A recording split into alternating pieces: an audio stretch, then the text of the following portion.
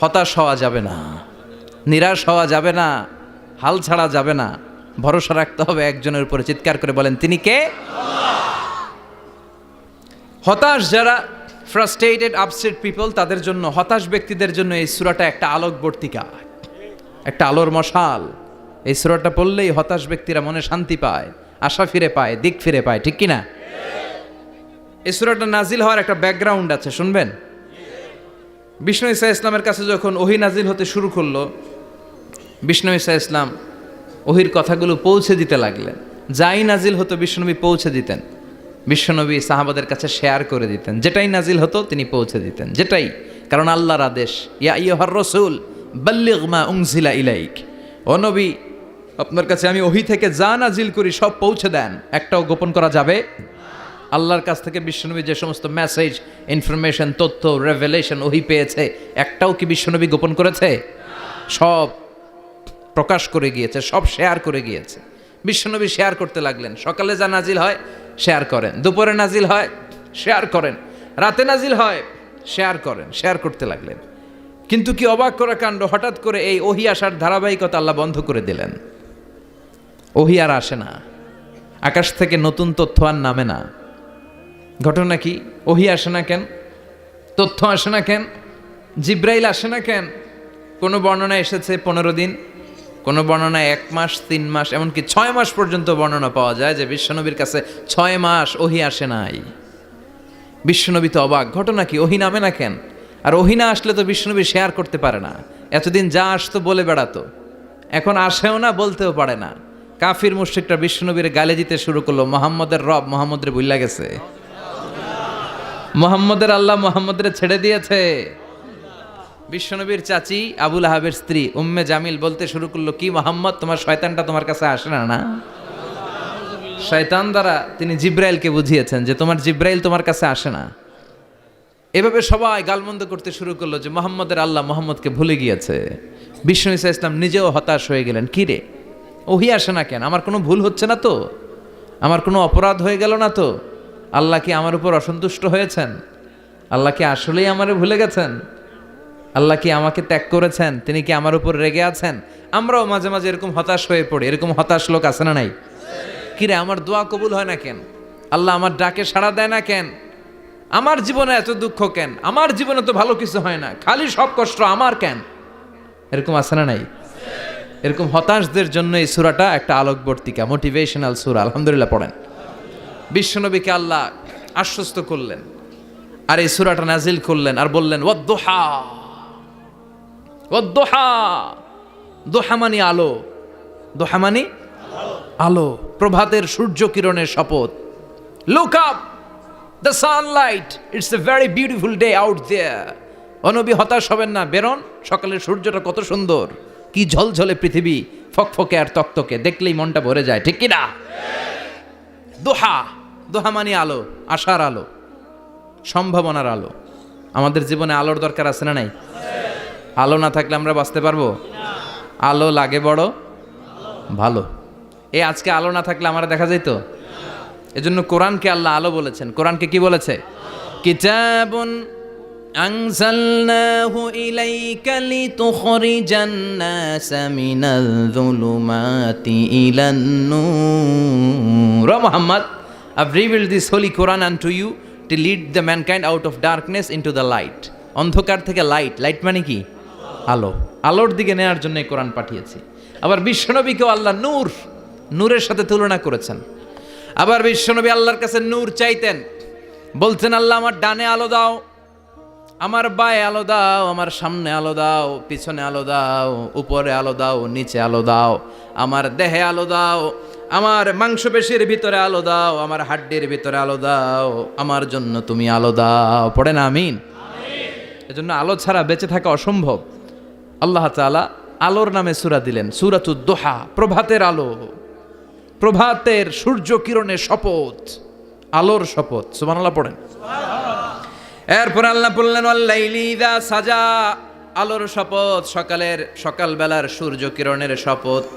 দ্বিতীয় আয়াতে আল্লাহ বললেন, রাত্রিবেলার শপথ, যখন রাত্রিটা নিঝুম হয় নিস্তব্ধ। নিঝুম আর নিস্তব্ধ রাতের শপথ।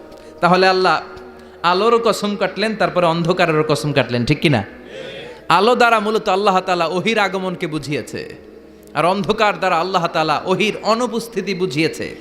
এটা দিয়ে আল্লাহ বুঝাতে চাইলেন, ও নবী, কাফির মুশরিকরা আপনারা গালি দেয়, ওরা বলে যে আমি আপনারা ভুলে গেছি, আমি আপনারা ত্যাগ করেছি, আমি আপনার প্রতি অসন্তুষ্ট। না না, আমি ইচ্ছা করে ওহি পাঠাই না, কারণ সব সময় আলো থাকলে ভাল লাগে না, কিছু সময় অন্ধকারের দরকার আছে না নাই?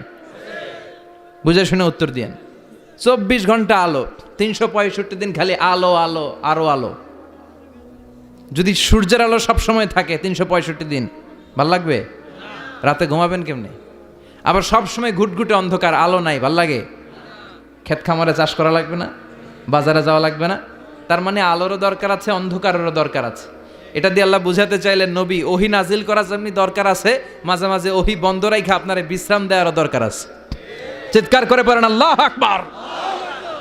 এজন্য আল্লাহ বললেন, ওয়াদ-দুহা ওয়াল-লাইলি ইযা সাজা মা ওয়াদ্দা'আকা রাব্বুকা ওয়া মা ক্বালা ওয়ালাল আখিরাতু খায়রুল লাকা মিনাল উলা। সুবহানাল্লাহ পড়েন। ও নবী, প্রভাতের সূর্য কিরণের শপথ, নিঝুম নিস্তব্ধ রাত্রিবেলার শপথ, আলো আর অন্ধকারের শপথ করে আমি বললাম, আপনার প্রভু আপনারে ভুলে যায় নাই, আপনার উপর অসন্তুষ্ট হয় নাই। আমি আল্লাহ ইচ্ছা করে ওহি বন্ধ রেখেছি, কারণ ওহির একটা পাওয়ার আছে। বারবার ওহি রিসিভ করলে আপনার স্নায়ু এটা সহ্য করতে পারবে না, আপনার দেহ এটারে বরদাস্ত করতে পারবে না। নবী, আমি আপনার প্রতি এত রহম দিল, এত ভালোবাসি, বারবার ওহি নিতে নিতে আপনার যে কষ্ট হয়, এই কষ্টটা আমার আল্লাহর সহ্য হয় না। এজন্য আমি আল্লাহ ইচ্ছা করে কিছুদিন ওহি বন্ধ রাখছি। সুবহানাল্লাহ পড়েন। তার মানে এই নয় যে আমি আপনারে ভুলে গিয়েছি, আমি আপনারে ছেড়ে দিয়েছি। আরে নবী, আমি তো আমার নামের সাথে আপনার নামকে জুড়ে দিয়েছি। লা ইলাহা ইল্লাল্লাহ মুহাম্মাদুর রাসূলুল্লাহ। যেখানে আমার আল্লাহর নাম, সেখানে বিশ্ব নবীর নাম আছে না নাই? আজান যখন দেই আল্লাহু আকবারের পরে বিশ্ব নবীর নাম আছে না নাই? একামতে আছে না নাই? আবার আল্লাহর জন্য যখন সালাত আদায় করি, শেষ বৈঠকে বিশ্ব নবীর উপর দুরূদ আছে না নাই? রাফা'না লাকা যিকরাক। ও নবী, আপনার নামকে আমি অনেক উপরে তুলে ধরেছি। আমার নাম যেখানে, আপনার নাম ওইখানে।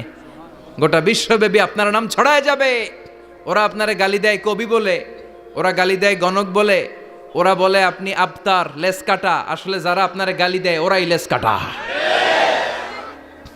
ওরা আপনারে বলে আপনি নির্বংশ, আপনার ছেলেগুলো বেঁচে নাই, মেয়ে বেঁচে আছে, আপনার নাম নেয়ার কেউ থাকবে না। ওই আবু জাহেল, উতবা, সাইবা, ওদের নাম নেয়ার কেউ থাকবে না। আপনি লেসকাটা নন, আপনি নির্বংশ নন। ইন্না শানিয়াকা, চিল্লায় বলেন, ইন্না শানিয়াকা। যারা আপনারা গালি দেয়, আপনারা নিয়ে কটু কথা বলে, ওরাই লেসকাটা, ওরাই নির্বংশ। ওদের বংশকে আমি আল্লাহই নির্বংশ করে ছাড়ি। চিল্লায় বলেন ঠিক কিনা? ও নবী, মা ওয়াদ্দা'আকা রাব্বুকা ওয়া মা ক্বালা। আপনার রব আপনারে পরিত্যাগ করে নাই, আপনারে ভুলে যায় নাই, আপনারে ছেড়ে দেয় নাই। আপনার রব ইচ্ছা করেই ওহি নাজিল বন্ধ করে রেখেছে। আমি ইচ্ছা করেই আপনারে প্রেসার দিতে চাই নাই গো নবী, কারণ ওহি রিসিভ করা অনেক কঠিন। এটা আস্তে আস্তে আপনি অভ্যস্ত হবেন। সুবহানাল্লাহ পড়েন। ওহির একটা পাওয়ার আছে না নাই? আমরা তো কি মজায় মজায় কোরআন পাইছি। এই যে কি সুন্দর কোরআন নিয়ে বসে পড়ি, তাফসির করি, কি মজার কোরআন। আহা, এই কোরআনটা রিসিভ করতে যে বিশ্বনবীর কত কষ্ট হয়েছে। এই কোরআনকে আল্লাহ বলেছেন এটা কাউলান সাকিলা, very heavy and weighty word. এটা অনেক ওজনওয়ালা কথা। ইন্না সানুলকি আলাইকা কাউলান, এটার অনেক ওজন। এই কোরআনটা যদি পাহাড়ের উপরে নাজিল করা হতো, পাহাড়গুলো দুমড়ে মুচড়ে ভেঙে টুকরো টুকরো হয়ে খান খান হয়ে যেত। ঠিক কিনা? এত কঠিন বানিয়ে এটা। ও নবী, আমি আলোর সাথে ওহির মিল ঘটিয়েছি, আলো দিয়ে ওহিকে বুঝিয়েছি। সূর্যের যেমনি কিরণ আছে, তেজ আছে, এই ওহিরও একটা তেজ আছে। এই তেজ, এই কিরণ আপনি সব সময় সহ্য করতে পারবেন না। এজন্য আমি ইচ্ছা করে কিছুদিন ওহি নাজিল করা বন্ধ করে রেখেছি। সুবহানাল্লাহ পড়েন। ইচ্ছে করে আমি নাজিল করি নাই। সব সময় নাজিল হলে আপনার ভালো লাগতো না। বুখারীর বর্ণনা, মা আয়েশা বলতেন, শীতের রাতে, কনকনে মাঘ মাসের শীতের রাতে যখন বিশ্বনবীর উপর কোরআনের আয়াত নাজিল হতো, বিশ্বনবী ঘেমে ঘেমে একাকার হয়ে যেতেন। হাত্তা লা ইয়াতাফাসসাদু জাবিনুহু আরাকান, বিশ্বনবীর দাড়ি আর থুতনি বেয়ে ঝরঝর করে পানি পড়তো। আমরা কম্বল গায়ে দিয়ে থাকি আর বিশ্বনবী ঘামে। সুবহানাল্লাহ কবেন না? এটা কওলান সাকিলা, অনেক ওজনওয়ালা কথা। আবার বিশ্বনবী যখন ওটের উপরে বসে থাকা অবস্থায় কোরআনের আয়াত নাজিল হতো, ওটের বুকটা মুহূর্তের মধ্যে বালুর মধ্যে জমিনের মধ্যে লেগে যেত। ঘোড়ায় চড়া অবস্থায় বিশ্বনবীর কাছে যখন কোরআন নাজিল হতো, ঘোড়ার পা গুলো মরুভূমির বালুতে দেবে যেত। মাঝে মাঝে বিশ্বনবী সাহাবাদের রানের উপরে, পায়ের উপরে মাথা দিয়ে শুয়ে পড়তেন ক্লান্ত শ্রান্ত।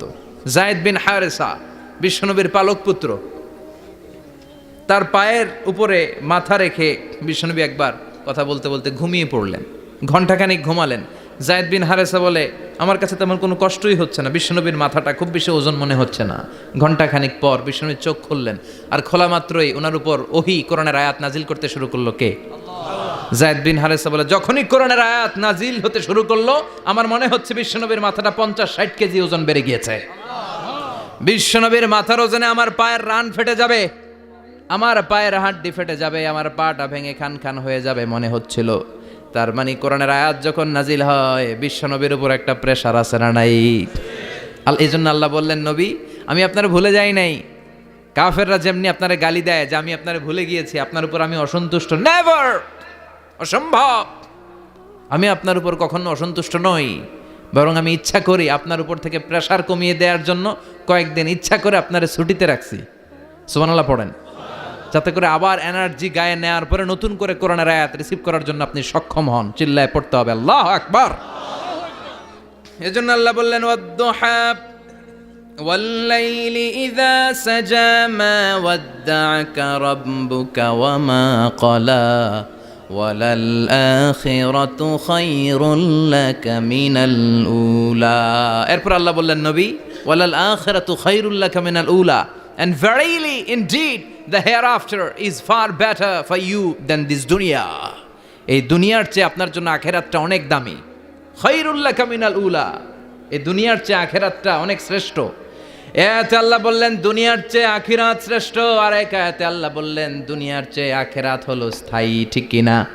বাল তু'থিরুনাল হায়াতাদ দুনিয়া ওয়াল আখিরাতু খায়রুন ওয়া আবকা।